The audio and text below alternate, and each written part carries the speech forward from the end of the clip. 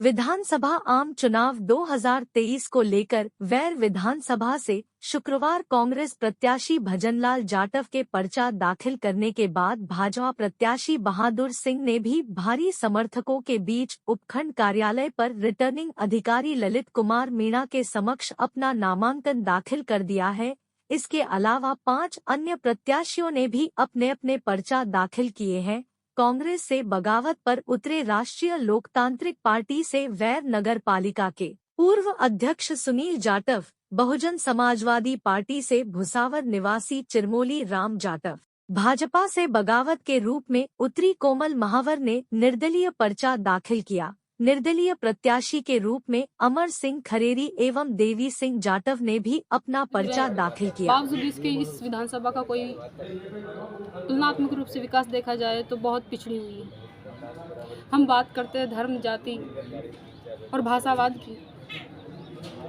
बात होनी चाहिए रोटी, कपड़ा, मकान और रोजगार की। युवाओं के लिए रोजगार चाहिए। कौन सी सरकार है जो रोजगार की बात करती है?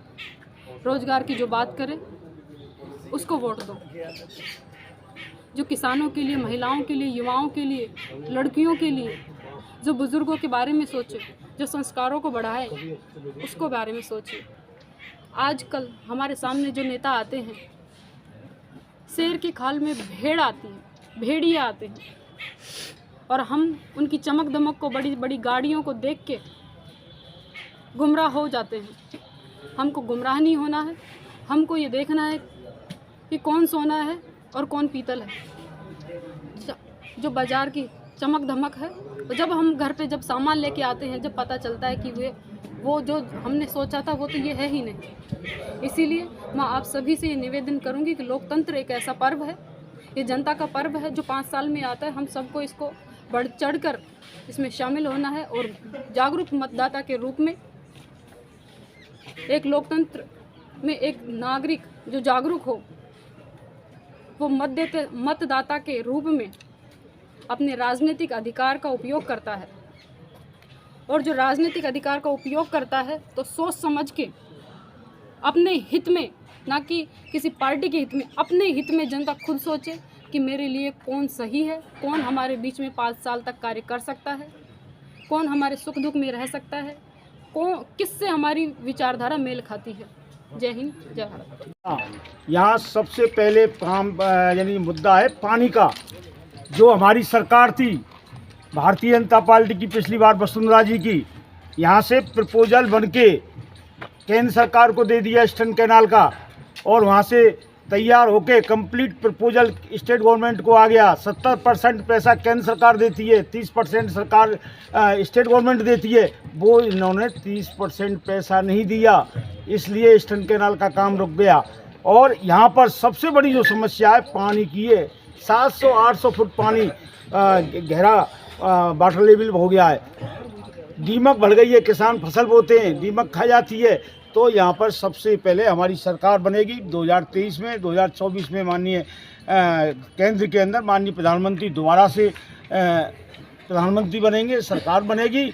और जो ईस्टर्न कैनाल का जो मुद्दा है वो घोषणा पत्र में भारतीय जनता पार्टी के में होगा, और सरकार बनते ही वो कार्य चालू कर दिया जाएगा। डबल इंजन की सरकार बनते ही आज मैंने आरएलपी पार्टी से अपना नामांकन पत्र दाखिल किया है, और मेरे सभी समर्थकों के साथ, आज पूरे जुलूस के साथ, सभी 36 कौम के लोगों के साथ यहाँ आकर के मैंने अपना नामांकन दाखिल किया है।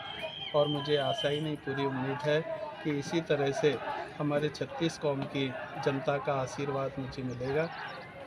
क्षेत्र के लिए आपके क्या मुद्दे रहेंगे सर आगे? क्षेत्र के लिए सबसे पहला मुद्दा मेरा रहेगा कि यहाँ रोजगार का कोई ऐसा साधन नहीं है कि लोगों को जिससे रोजगार उपलब्ध हो सके। और दूसरा, यहाँ जो ऐतिहासिक किला बावड़ी, फुलवाड़ी हैं और पार्कों की व्यवस्था है वो भी नहीं है। तो मेरी पहली प्राथमिकता ये रहेगी।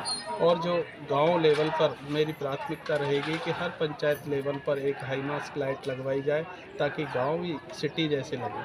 धन्यवाद सर। अपना नामांकन वैट क्षेत्र से दाखिल किया है। मैं वैट क्षेत्र के लिए बहुत कुछ करूँगा मेरी ज़िंदगी में। मैं संघर्षशील आदमी हूँ। अब तक किसी भी पार्टी ने नहीं किया जो मैं करके देखा।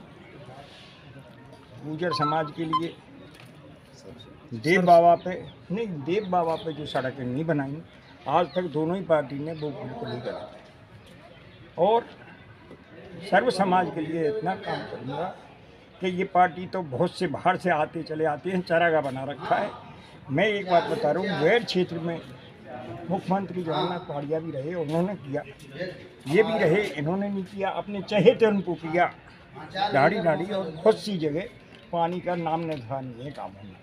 सबसे प्रथम पानी की समस्या को हल करूँगा और आपसी जो झगड़े होते हैं मिल बैठ करके, किसी भी समाज के मिल बैठ के समझौता कराऊंगा। ये मेरा पहला दायित्व है। किसी भी समाज को, जाति को मैं बिल्कुल ही झगड़ने नहीं दूंगा। ये कांग्रेस पार्टी ने जो प्रत्याशी उतारा